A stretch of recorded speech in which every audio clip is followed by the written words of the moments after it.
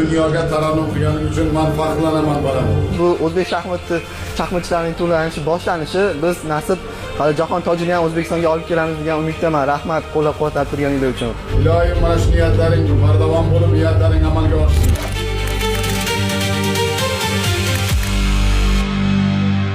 Ha, Javohir o'tgan yili prezidentimiz bilan muloqotda jahon shaxmat tojini O'zbekistonga olib kelishni va'da bergan edi. Ana shu maqsadni amalga oshirish uchun bugun Kiprda fenomenal o'yin namoyish etdi. Sovrin jamg'armasi 700 ming yevroni tashkil etadigan 2026 FIDE Xalqaro shaxmat federatsiyasi nomzodlar turnirida 8 nafar dunyo reytingidagi eng kuchli grossmeyster ishtirok etyapti. Anish Giri, Fabiano Caruana, Yi Wei, Matias Blubaum, Hikaru Nakamura, Ramesh Babu, Pragnanandha, Andrey Esipenko. Quvonarlisi dunyoning eng zo'r shaxmatchilarini o'zbekistonlik Javohir yorqin o'yinlari bilan mag'lub etmoqda.